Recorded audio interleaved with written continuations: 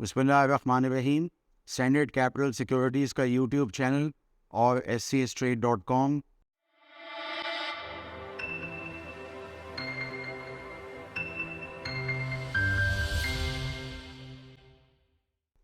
سامعین، اپریل کی آمد ہے. یہ چوتھا کوارٹر ہے، یعنی 2023 کا فسکل کا آخری کوارٹر، اور اہمیت کے حامل ہوتے ہیں یہ چوتھے کوارٹر ہمیشہ، چونکہ گرمیوں کی آمد ہوتی ہے، تو اس وجہ سے سیمنٹ کی جو کھپت ہے وہ بڑھ جاتی ہے، سیمنٹ کی خریداری بڑھ جاتی ہے. پچھلے سالوں میں ایسا ہوتا تھا، اور اب اس سال ذرا آپ جانتے ہیں کہ معاشی اشاریے بہت زیادہ خراب ہے، اور ممکنہ طور پہ کھپت کا وہ ایک مقدار جو ہوتی تھی پہلے 80-90% کے utilization levels, capacity utilization levels, وہ اس طرح نہیں ہیں، ذرا کم ہیں.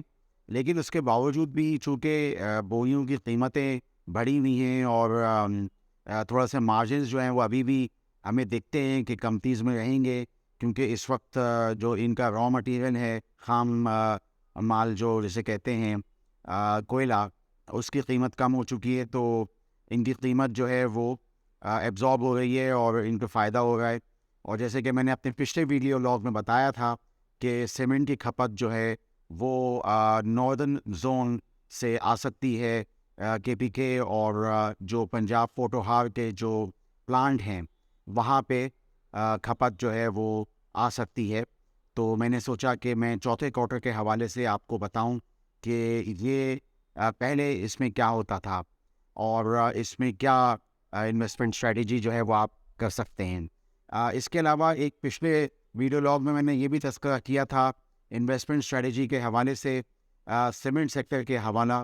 جو الیکٹرانکس اپلائنسز ہیں وہ گرمیوں میں ان کی سیل بڑھ جاتی ہے.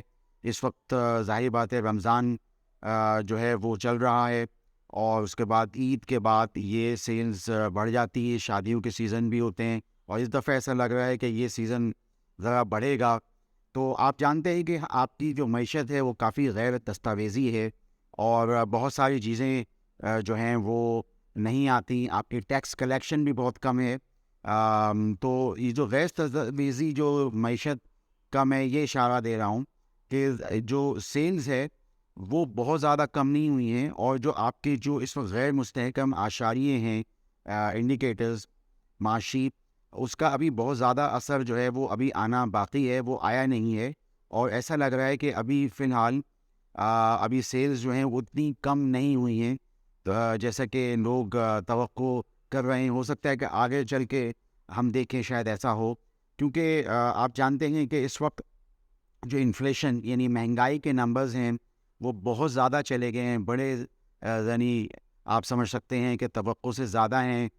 پریشانی جو ہے وہ سب کے سامنے ہے، اور اس وقت اسٹیٹ بینک کا بھی اجلاس ہوگا، مانیٹری پالیسی کمیٹی جسے کہتے ہیں، اور وہ 2% بڑھا سکتے ہیں. یہی چیزیں میڈیا میں آ رہی ہیں، اور یہی چیزیں اینالسٹ حضرات بتا رہے ہیں اپنے کنسنسس اوپینینز میں.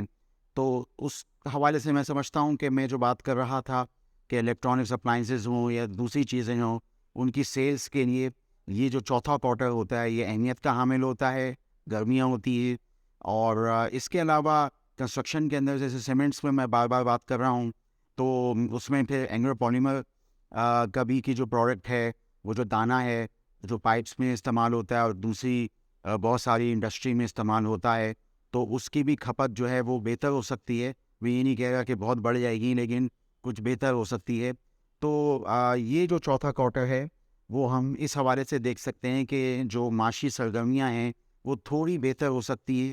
گو کہ ہم جانتے ہیں کہ اس وقت ملک کے اندر اس وقت سیاسی بے چینی بھی ہے، کورٹ میں کیسز چل رہے ہیں، ابھی الیکشنز کے بارے میں معاملات چل رہے ہیں، اور اس کے علاوہ جو آپ کے معاشی انڈیکیٹرز ہیں، آپ کا IMF کے ساتھ ابھی فی الحال کوئی تصفیہ نہیں ہوا ہے.